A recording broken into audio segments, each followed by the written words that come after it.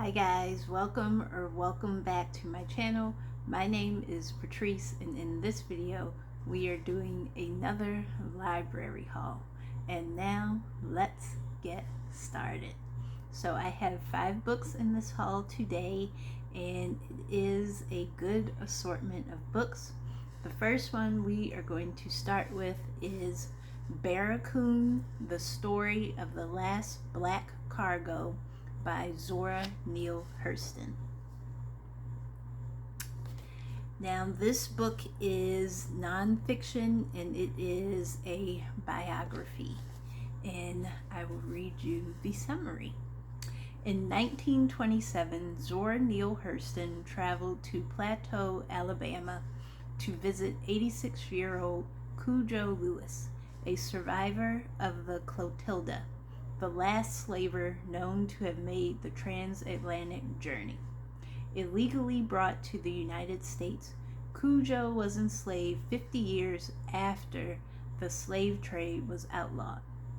At the time, Cujo was the only person alive who could recount this integral part of the nation's history.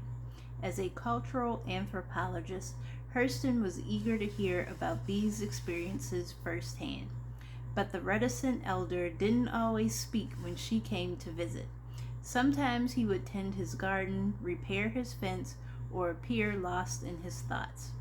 Hurston persisted, though, and during an intense 3-month period, she and Cujo communed over her gifts of peaches and watermelon, and gradually Cujo, a poetic storyteller, began to share heart-rending memories of his childhood in Africa, the attack by female warriors who slaughtered his townspeople, the horrors of being captured and held in the barracoons of Ouida for selection by American traders, the harrowing ordeal of the Middle Passage aboard the Clotilda as cargo with more than 100 other souls, the years he spent in slavery until the end of the Civil War, and finally, his role in the founding of Africa Town. Barracoon employs Hurston's skills as an anthropologist and a writer, and brings to life Cujo's singular voice in his vernacular in a poignant, powerful tribute to the disremembered and the unaccounted. This profound work is an invaluable contribution to our history and culture. So I picked this up because during Juneteenth, I watched a documentary about the Clotilda on PBS, and it was actually, one part was about the ship and the cargo, meaning the enslaved people that were on the ship, and just like how I guess divers were going down to see if the ship was still intact, because I guess the Clotilda was, like it said, the last slave ship, but it's the only intact slave ship as well. So the divers were trying to see if they could bring it up, and then they had some of the enslaved people, they had some of their descendants there to see the ship. And then we just got information about, the people that were on the ship. And then they had a part 2 where the descendants went back to the parts of Africa where the enslaved people were from, sort of like a homegoing ceremony. And those documentaries, they were very, very interesting. So this book was already on my list of things to read, but I definitely wanted to get it after I saw those documentaries. So I'm glad the library had it. The next book that I picked up is titled Detective Aunty, and this is by Uzma Jalaluddin. And she also wrote Aisha at Last, and this is a cozy mystery. So this is her first foray into cozy mystery. Usually her books are like contemporary fiction, So I was very interested to see she wrote a mystery, so that is very exciting for me. I will read you the summary. After her husband's unexpected death 18 months ago, Kusar Khan never thought she'd receive another phone call as heartbreaking until her 30-something daughter, Sana, phones to say that she's been arrested for killing the unpopular landlord of her clothing boutique. Determined to help her child, Kusar heads to Toronto for the first time in nearly 20 years. Returning to the Golden Crescent suburb where she raised her children and where her daughter still lives, Kusar finds that the thriving neighborhood she remembers has changed. The murder of Sana's landlord is only the latest in a wave of local crimes that have gone unsolved. And the facts of the case are troubling. Sana found the man dead in her shop at a suspiciously early hour, with a dagger from her front window display plunged into his chest. And Kusar, a woman with keen powers of observation and deep wisdom, honed by her years, senses there's more to the story than her daughter is telling. With the help of some old friends and her plucky teenage granddaughter, Kusar digs into the investigation to uncover the truth. Because who better to pry answers from unwilling suspects than a meddlesome auntie? But even Kusar can't predict the secrets, lies, and betrayals she finds along the way. So, like I said, this sounds very good. I read Aisha at Last, and I liked that story a lot. I liked the story because I got to take a look at Muslim culture. Well, I guess not culture, but like, well, yeah. So I guess yes. So like Muslim people and like their culture and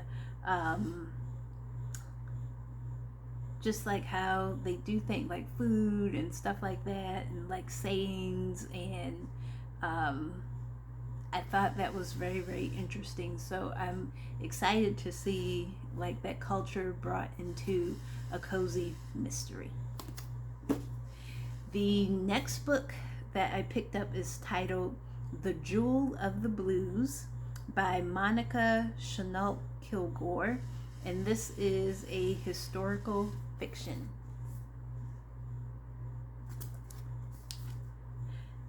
And I'll read you the cover.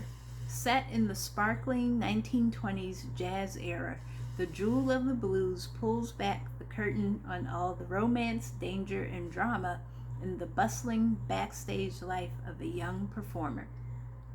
Billed as the little girl with the big voice, blues singer Lucille Arnetta Love always dreamed of life under the lights. From traveling family gospel band to lead singer in a riotous vaudeville troupe, Lucille is on the rise.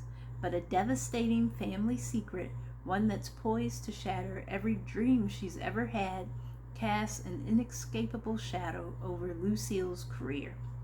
Decades ago, a botched robbery ended in a suspicious death, and all signs point to Lucille's own father as the culprit.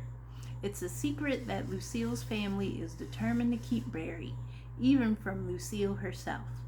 For a time, a fresh start feels possible, especially when Marcus Williams, Lucille's manager and sometimes paramour, sets her up with a band to tour the country. Miss Lucille's Black Troubadours.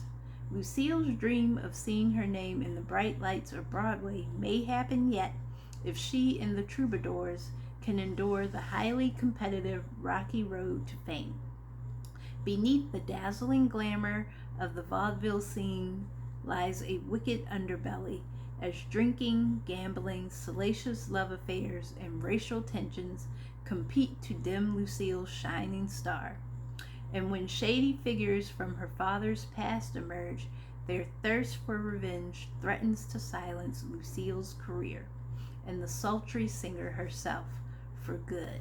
Now this sounds like it's going to be full of drama, Yeah, this sounds like it's going to be good. And I like that it's set in the 20s, so that's like the jazz era, Harlem Renaissance time. Um, you know what? I know who would really like this. Lex Reeds would love this book. Um, this sounds like it's right up her alley, but yeah, I've never read anything by this author before, so I am excited to see how this story turns out. The next book I picked up is titled The Murder of Mr. Ma, and this is by John Shen Yin Ni and S.J. Rozan. And this is a cozy mystery / historical fiction. And the jacket says London, 1924, when shy academic Lao She meets larger-than-life Judge D. Rin Ji. His quiet life abruptly turns from books and lectures to daring chases and narrow escapes. D has come to London to investigate the murder of a man he'd known during World War I when serving with the Chinese Labor Corps.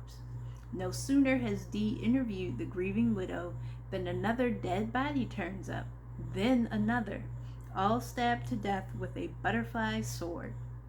Will D and Lao be able to connect the threads of the murders, or are they next in line as victims?